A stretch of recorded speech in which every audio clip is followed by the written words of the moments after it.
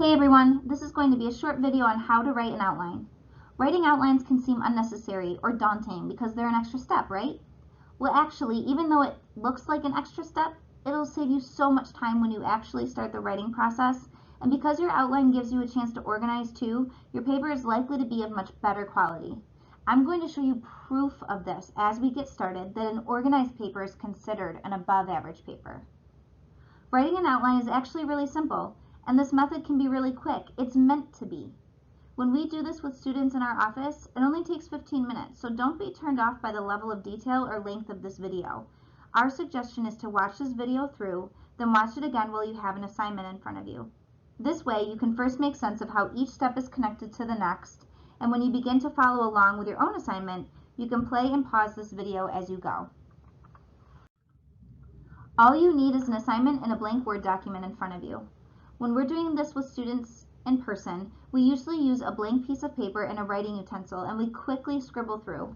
You can do that too, but there are definitely benefits to doing this in Word right from the start, which I'll show you at the very end when I give you a bunch of tips and tricks. For now, we're just working with a blank Word document. Here's an actual assignment given to EN 101 students. The first step is to analyze your assignment to figure out the length and any requirements your paper has to include. So looking at this assignment quickly, I can see it needs to be 2 to 3 pages, 12 font, MLA. I can see some topic choices. Overall, I can see the point here is to share how an academic experience contributed to my current views of these subjects. And there's even suggestions on how to do that. Guidelines are something we want to pay attention to as well. We know what our first paragraph needs to say, and our job is simply to fill it in. You can see at the bottom there's also some bullet points with additional suggestions. Looking at the second page of this assignment on the right, a well-organized rubric for grading can be considered a bunch of guidelines in itself, so don't skip looking over this page. A good tip here is to go straight to the highest grading expectations in the last column all the way to the right and use those as a standard to follow, because if you do, then according to this rubric, you'll have an above average paper.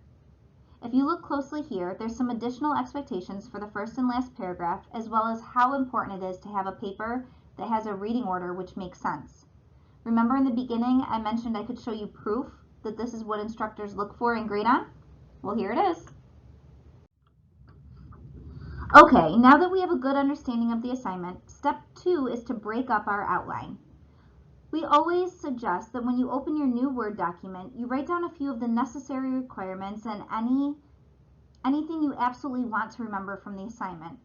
Now, you can always refer back to the assignment, and you should, but having a few important details right here at the top of your paper can help keep you on track as you organize. I just copied and pasted a couple of the requirements as well as the topic suggestion I'm going to go with and some of the guidelines right from the assignment itself. Before we can break up our outline into organized sections, we need to first understand what sentences and paragraphs look like, because this will help us to know exactly what we need or how many we need in order to meet the length requirement for the paper. One of the biggest barriers to the writing process is overwhelm. So if we can understand that a 2 to 3 page paper is really a bunch of small specific sections we need to work on and we know exactly what those are, then suddenly things become a bit more manageable. We want you to get in the habit of breaking your paper down from page numbers into actual paragraphs. We know there are typically 5 to 7 sentences in a paragraph, which means about 3 to 4 paragraphs on a page depending on their size. So if your instructor says they want at least 3 sentences in a paragraph or maybe 7 to 10 sentences, you should always write according to their direction. The concepts we're going to learn here can be applied to whatever the direction is from your instructor, and you can just adjust accordingly.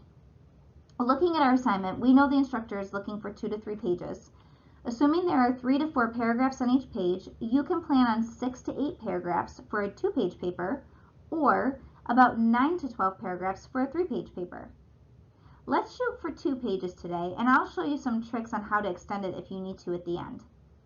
2 pages, about 4 paragraphs a page, equals 8 paragraphs total. When we're working with students, this is really an aha moment for them, because it's in this moment they realize, okay, I sort of see where this is going. Going back to our Word document, where we copied and pasted some paper requirements, I'm going to list my 8 paragraphs using P1, P2, P3, and so on. This is step 3. Remember, this is because we have 4 paragraphs a page, again, give or take, and we need 2 pages. In step 4, we can start labeling this, and this tends to be another exciting aha moment because students always have the answer to my next 2 questions. And again, in this moment, start to realize I sort of know what I'm doing. Let's see if you can get the answers too. The first paragraph of a paper is always the what? It's always the introduction, right? And we know the last paragraph of a paper, or P8 in this instance, is always what? A conclusion. Good. Now our job is to fill in the blanks here with the bulk of our paper topic. Because the instructor did the work for us here and really gave a lot of direction, this should be fairly simple. We know the assignment is to share how an experience contributed to or changed our point of view for reading, writing, math, science, etc. Being that the Office of Accessibility is creating this video, I'm going to use a scenario we hear all the time, which also happens to be the reason this outlining method came about. Students with disabilities specific to the area of writing might say something like, I know what I want to write, but I don't know how to write it. In other words, they have troubles with written expression. So let's pretend that I'm that student and I've watched this video, which has changed my entire point of view on the writing process. Now that we have an idea of what our topic is, let's use the assignment requirements and some creativity to fill in paragraphs 2 through 7. In the guidelines section of the assignment, which I've pasted here at the top of the screen, I know the instructor is looking for who, what, where, when, and why all this happened to me. The assignment says to answer these questions in the narrative of my paper as both simply and vividly as I can. So I can start with my second paragraph here and go right down the line using the instructor's suggestions. Who was involved? What happened? Where did it happen? When did it happen? And why did it happen? You can see we have one paragraph, paragraph 7, where we sort of ran out of quick suggestions. There's a couple things you can do here. 1, leave it blank and see if you really need 8 paragraphs, because remember, a 2-page paper might be anywhere from 6 to 8 paragraphs. 2, shoot to make one of these paragraph topics into 2 paragraphs instead of 1. So maybe our 6th paragraph on why this happened or why this is significant is really long and should be broken up into 2 paragraphs. Or 3, you could think of another topic to add in that you think might be relevant or add context to the story that you're telling. I'm going to choose my third suggestion, which is to add a bit of context. I'm going to add the history of my writing experience, or maybe the history of why I feel about writing the way I do.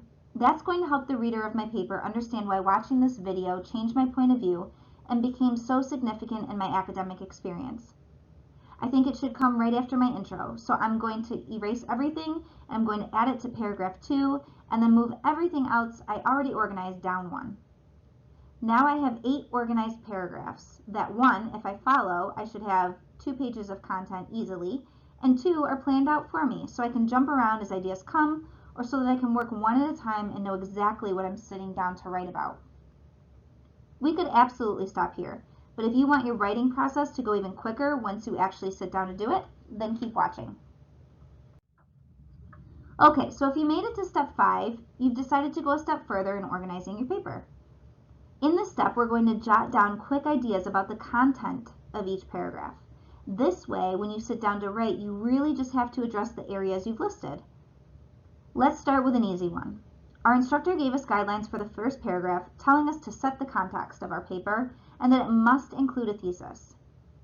Setting the context is easy, and it just means to inform the reader what we're going to talk about in the rest of the paper. Well, guess what? We already know what we're going to talk about because we've already gone through and assigned each paragraph with a topic. It's important that we don't repeat ourselves throughout our paper, so our intro shouldn't be detailed like the body of our paper will be. We're just providing a quick snippet of our history and the who, what, where, when, and why. We also know it needs to include a thesis, and we can refer to the example in the assignment that you can see at the top here, which says the thesis is the main point and purpose of your essay, and it even gives you an example. We can do a couple things here depending on the time you have when you're doing this outline. We can just leave it as thesis and think about it when we go to write. We can give ourselves a quick reminder on what a thesis is like in an assignment. Or if we're in the writing mood or have the time, we can jot down the message of our paper. I'm feeling a bit creative now, so let's choose 3 and let's write it down. Now, when you sit down to write, you have some of it done, and you have some prompts that allow you to focus on it. Let's quickly look at the rest. There's a couple ways that you can fill in your sections, and it'll typically depend on the topic, how much it interests you, or maybe how much knowledge you have. This paper is about me, right? So I should be able to quickly jot down ideas when I see that a paragraph is about the history or who was involved in this experience. But if it's about a large and complex topic, I might suggest taking your time and using actual questions or writing prompts to keep you on track. I'll use both techniques here so that you can see what I'm talking about. For the second paragraph, I know right away I want to talk about my history of learning, how it translated into writing problems, and how I ended up with a diagnosed learning disability in the area of written expression. You can see on that last writing prompt, I asked myself the question, what led me to get evaluated? This is a great way to start writing if you find yourself struggling, and it's what I mean when I say write questions or prompts to keep you on track. If you pretend you're answering a question, then you don't really need to think how to start it off. So if someone were to say to me, what led you to get evaluated, then I can simply start writing by answering the question. After struggling through much of middle school, the school psychologist suggested an educational evaluation. Not knowing what that meant, I agreed because I knew I needed whatever help they were offering. At the conclusion of my evaluation, XYZ happened, and so on and so forth. Moving on to paragraph 3 and 4, I can add in some ideas if they come quickly and easily, and I can add some questions to prompt me and so on. I'll do the same for the remainder of the paragraphs and filling in ideas and questions as I go. At the end of this video, I'll give you some tips on how to address an area that is short or that maybe you're unsure about. For now, go through and jot down ideas. The conclusion will be much like the intro, but instead of setting the context of the paper, you're going to summarize the context of your paper and write any final thoughts. Step 6 is to start writing. If you used questions under your paragraph notes, then you can simply start by talking out loud and answering them as if you were talking to someone. This is the easiest way to write. Most times, when a student's in our office, they can clearly communicate what they want to say when they're talking to me just in plain language. You can do this first and then fancy up your writing later using writing tutors, the writing labs, and even the synonym option in Word. Let's look at an example. Let's look at the 5th paragraph where we're supposed to be talking about the where of watching this video. I might look at this and say, okay, how do I start writing about this? Applying what we just learned, you can say out loud and as if you're someone asking you the question, where were you when you first found out about this video and where were you when you watched it? What thoughts did you have about it?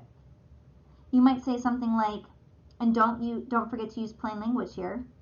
I was in my dorm room and I didn't want to do my work honestly. I was just scrolling through the Hawk Life app when I saw it and I remembered my teacher and my OAR staff saying something about it. I didn't want to watch it honestly and I thought it was just going to be another random video on writing. I watched it anyway and I seriously felt so much better. I actually started an English assignment that night. Now again, talking in plain language and out loud as if you're answering someone's question. You can say it first, then type, or type as you say it. Once you have it down, then you can perfect it, adding starting phrases, using the synonym feature, taking out contractions like didn't, and any other language that you might use in a text message or say out loud, but that isn't appropriate for academic writing. You can work sentence by sentence, and you might end up with something like this. Watching this video started as a non-eventful experience while procrastinating in my dorm room late at night. Admittedly, I did not watch it with an open mind. In fact, I almost scrolled right past the video, but thought to myself, what do I have to lose? And truthfully, it was just a way to get out of doing other work in the moment. After watching it, I was so shocked. I felt like everything I had been wanting to know about writing was answered in a simple 20-minute video, and I felt so relieved. That night, I started a paper I had been putting off for weeks, and to my surprise, it came much easier than past experiences. Now looking at my outline, I know my next paragraph is going to talk about the when, so my last sentence here might be something like, it came much easier than past experiences and the timing of when I saw it perfectly aligned with the time of the semester. This is called a transition sentence, and if you remember, it was one of the standards for an above average paper according to the rubric. The instructor also put it in the guidelines on the assignment. A transition sentence is a fancy way of saying make mention of what you're about to talk about next, and it makes your paragraphs connect and flow. Okay, so let's overview the steps. You have access to this video and you can watch it as many times as you need. But if you want to take a quick screenshot or jot down the short steps, you can hit pause here. First, review the assignment, rubric, and teacher expectations. Write down key requirements at the top of the Word document so that you can refer to them quickly. Determine how many pages you need, then break it down into a number of paragraphs and label those paragraphs as P1, P2, P3, and so on. As a reminder, P1 is always the intro, and the last is always the conclusion, so you can start by filling in those first. Fill in the rest of the paragraphs, making sure you use up all the instructor's suggestions and guidelines first. Then, if you have blanks, you can figure out how to elaborate on a topic or where you might want to turn one paragraph into two. Write prompts or questions for yourself to answer about the paragraph topic and start writing by answering them in plain language, fancying them up later. Before we get into tips, tricks, and shortcuts, let's talk about the what-ifs we hear from students, the roadblocks, if you will. The first one, what if I don't get details and topic ideas from the instructor? This is a big one. Many students work well with guidelines to follow, but struggle with creating a template of their own. The best way to approach this is to simply ask. You can say something like, I'm starting the outline to my writing assignment and notice there weren't any specific touch points, topic ideas, or a rubric. I want to be sure that I'm meeting all of the essay requirements. Do you have any suggestions, or are students free to write what they feel is most relevant? Do you have grading criteria that you can share for me to follow? Depending on their answer, you can use the suggestions or guidelines they give you, or you can just follow the same process we did in this video, but use your own headings and ideas. Break it down into paragraphs, label the first and last, then fill them out as you recall the experience. A good way to approach this, and many other styles of essays, is to use chronological order. So you can talk about your history, then maybe some early memories, and turn those into sharing maybe one or two experiences. Then you can talk about change, and after realizing that you had a lot to say about the change, you can break them up specifically into people who were there for you, or any experiences that changed us from a negative to a positive experience. And lastly, maybe give advice to the reader or to someone who might be struggling with the writing process. Our advice is to not be discouraged by an assignment that does not give direction. While it's nice to have something to follow, it's also nice to have the freedom and the creativity to write about most relevant parts of your experience. Which brings us to our next question. What if I'm not creative? Well, guess what? You are creative. Have you ever solved a problem before? I think it's safe to say that most of us have, and that takes creativity. I do realize that that's not an answer to this question though, so to answer it, my suggestion would be, again, to talk out loud. You can reframe the essay topic into something like, who are you as a student and why are you this way as a student? Then you can simply answer the question out loud as if you're giving someone the answer. Lastly, and especially if you have a hard time answering the question about yourself, ask someone who knows you, a parent, a friend, sibling, an instructor you may have had a couple times. Ask them, if you had to label me as a student, what would that look like? And you can get ideas that way. Let's talk about one of the biggest struggles for many students, meeting length requirements. A quick and easy way is to look at your outline before you start the writing process. If you have a lot of ideas like you see in paragraph 3, but maybe only 2 ideas like you see in paragraph 4, you can almost count on paragraph 4 being short, or at least shorter than the others. When you're creating an outline, try to shoot for 3 or 4 ideas and translate each idea into a sentence. Okay, what if you still have trouble meeting the length requirements?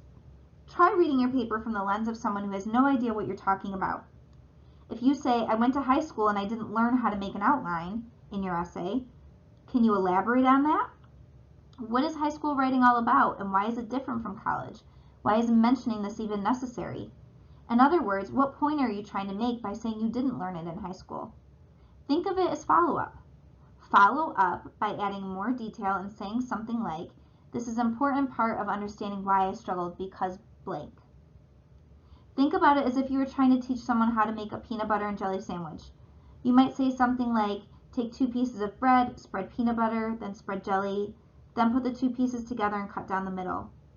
Think about it from the point of view of someone who knows absolutely nothing about the process or who has never had a peanut butter and jelly sandwich.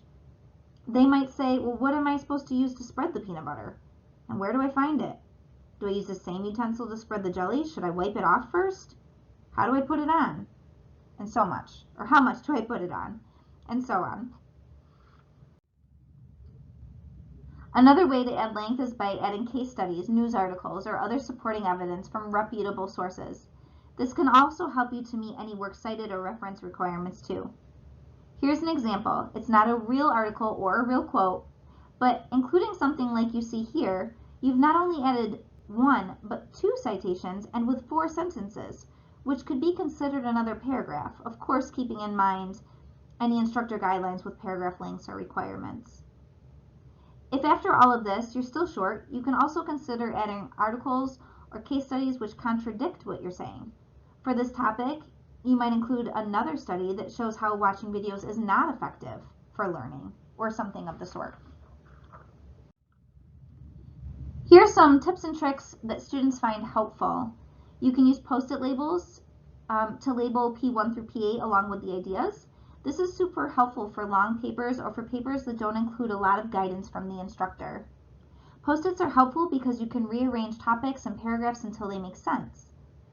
Of course, you can do this in a Word document too. Use your paragraphs as headers. This is one of my absolute favorite tips, and again, is really helpful for longer papers that need to include headings and subheadings. All you have to do is simply take out the paragraph number, maybe add in a couple words, and then format it according to MLA or APA, and there you go, easy heading. The third sort of goes along with the post-it tip, but it's a good reminder that you can and should rearrange until things make sense and go in the correct order of the story you're trying to tell. As I mentioned before, chronological order is a great way to format. Chronological order is just putting things in order according to how they follow each other in time. Another favorite tip, and one students may use but not normally think to use in the writing process, is the speech-to-text option. You can hit the microphone on your phone or iPad, and you can often find it on your laptop or PC by typing dictation, speech recognition in the search bar or settings. This is a great option if you decide to talk out loud, like the other slides and suggestions, because as you're talking out loud, your device is doing the work. Just don't forget to go back later to make corrections to any odd spellings, grammar, and non-academic language. These next 2 suggestions are more about writing than the process, but using transition sentences take your paper to the next level. You know this is a priority, especially for the example assignment I gave today, because it's something the instructor pointed out. You might hear them say it in other ways too, like make sure your paragraphs flow, and be sure to connect them. When you're arranging your paragraphs and deciding what to write about, you can think about how they connect, and that way when you start to write, it's an easy process. Starting phrases are something you can Google, and most students don't think to do this. That's why I've included them in the tips here.